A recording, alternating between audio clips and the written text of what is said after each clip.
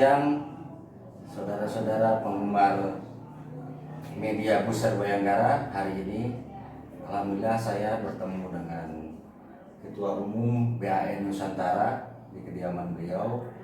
Hari ini akan saya sedikit mewawancari beliau terkait fenomena narkoba yang saat ini sangat marak dan memprihatinkan. Kita akan mendengar pendapat-pendapat beliau dan mungkin ada sedikit solusi untuk memecahkan permasalahan narkoba di negeri ini. Baik, selamat siang Pak Ketua Umum. Selamat siang Buser Bayangkara 74. Terima kasih telah berkunjung ke kantor kami, kantor Badan Anti Narkoba Nusantara yang berdomisili di wilayah Jakarta Timur. Saya selaku Ketua Umum Sugono SSA CME dengan kawan-kawan mendirikan badan ini untuk kepentingan bangsa dan negara. Silakan lanjut ya, badan ditanyakan. Baik, jadi ada beberapa fenomena beberapa hari ini yang sangat luar biasa. Kalau bisa melihat di media televisi, banyak sekali rumah-rumah mewah yang dijadikan sebagai sarang pembuatan narkoba. Nah, menurut pendapat daripada Ketua Umum terkait fenomena tersebut, bagaimana cara mensiasati untuk peredaran narkoba ini betul-betul diberantas? Ya, pertanyaan cukup bagus sesuai dengan perkembangannya. Saat ini sangat mengerikan.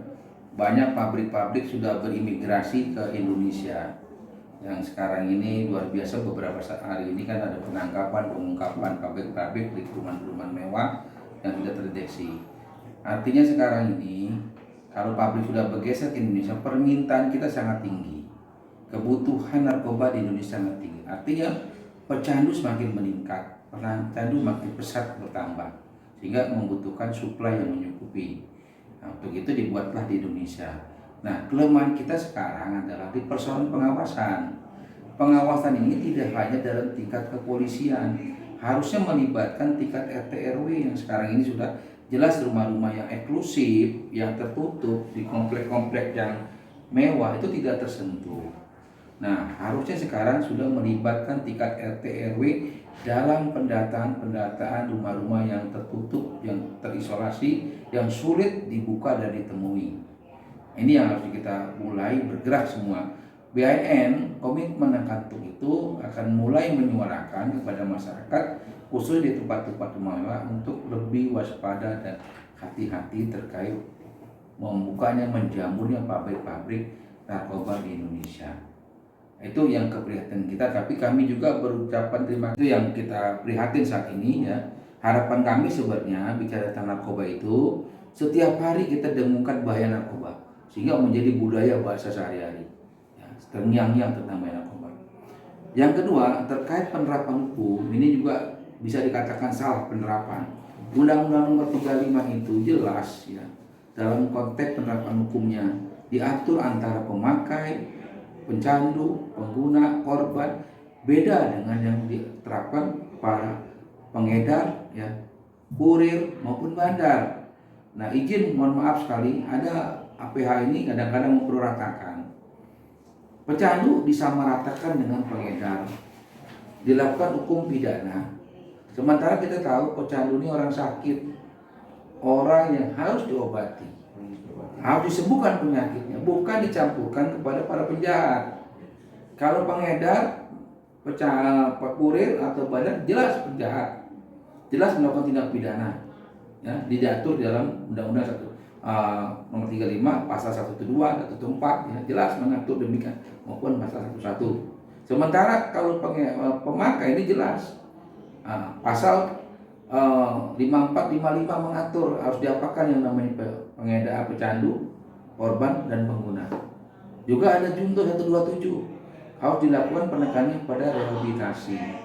Ya, juga ada SEMA yang mengatakan bahwa kadar BB itu sejauh mana untuk yang rehab. Jadi sudah dibentuk alurnya, cuman mohon maaf nih ya teman-teman penegak hukum, jangan dong sama ratakan. Kapan kita mau selesai dengan lingkaran seperti ini? Ya, dan saya BAN Ketua Umum mengimbau kepada penegak hukum, ayo kerjasama dengan kami. Kami siap mendampingi, kami siap menyelesaikan untuk rehabilitasi, kami siap untuk menyembuhkan. Bahkan kami punya program rehab mandiri, kami punya program pasca rehab, kami punya program untuk pemberdayaan ekonomi, ketahanan ekonomi keluarga. Itu di BNN. Nah, terkait pengedar kurir, kami berharap hukumlah mereka sesuai dengan aturan yang berlaku dan apa yang dilakukan. Ya, juga tidak seimbang nanti kalau yang besar hukumannya ringan, ya, yang kecil hukumannya berat. Jadi kita juga berharap penerapan hukum itu sesuai dengan apa yang diperbuat. Dan kami BNN siap mengawal itu. Dan kami juga siap mendampingi kalau dibutuhkan oleh pihak Polri. Ya, mungkin itu. Jadi kami mau sekali lagi pada pihak penegak hukum, tolong pisahkan mana pecandu, korban, pemakai dengan mana kurir, mana pengedar, ya, mana bandar. Jangan disamaratakan. Tidak akan selesai kita ini. Nanti jadi pecandu, pemakai masuk ke tahanan kriminal, hukuman badan, berkumpul dengan mereka yang memang profesional penjahat, maka keluar menjadi penjahat, maka menjadi pengedar, maka menjadi kurir. Ini harus kita hindari, ya. Dan juga menghindari overloadnya tahanan, overloadnya rumah-rumah penjara atau rumah-rumah lapas di sana. Kami bantu pemerintah untuk mengurangi beban dari pemerintah. BNN siap membantu pemerintah dengan rehab mandiri, dengan penyembuhan yang cukup profesional. Silakan hubungi kami. Lanjut, soal lagi. Ya. Baik, semakin menarik. Kemudian luar biasa ternyata BANN ini juga menyediakan advokasi untuk melindungi hak hukum setiap orang. Jadi kita tidak boleh mendiskreditkan seseorang walaupun dinyatakan salah oleh kasat mata, tapi belum tentu hak hukumnya harus dilanggar seperti itu. Nah, mungkin ini pertanyaan saya sesi terakhir kepada Ketua Umum. Apakah ada alamat ataupun nomor telepon yang bisa dihubungi ketika mungkin ada masyarakat yang membutuhkan pendampingan dan perlindungan hukum, dan juga mungkin akan melakukan rehabilitasi secara mandiri dengan pengobatan yang tadi menggunakan minuman yang tadi Umum sudah lihatkan bahwa ini bisa menjadi sarana untuk mendetoksifikasi. Ya, siap, makasih.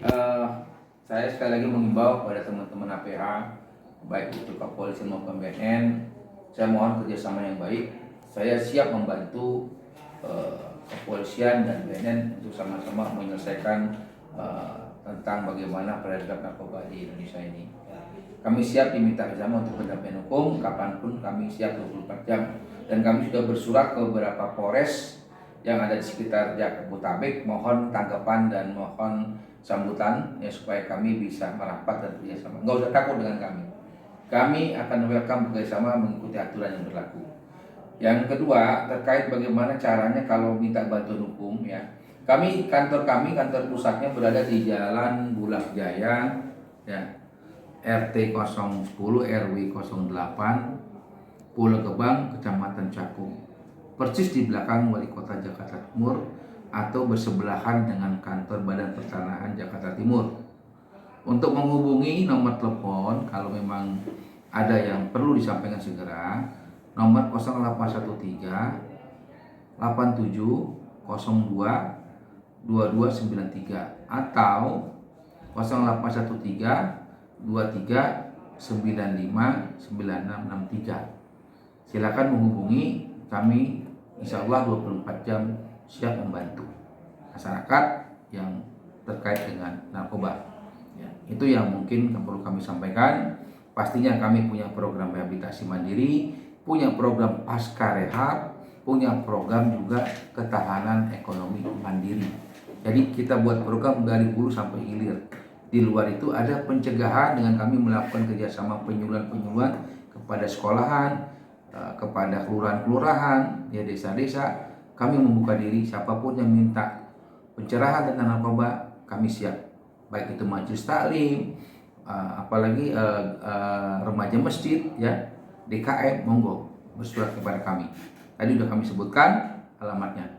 Terima kasih ya kepada tim Buser Bayangkara 74 yang telah berkunjung ke kantor kami. Mudah-mudahan kerjasama ini berjalan seterusnya dan bermanfaat buat masyarakat, buat bangsa dan negara, dalam rangka sama-sama memerangi narkoba. Sekali lagi kita salam narkoba. What on drug? What on drug? What on drugs? Hidup sehat tanpa narkoba. Prestasi, yes. Narkoba, no. Terima kasih. Assalamualaikum warahmatullahi wabarakatuh.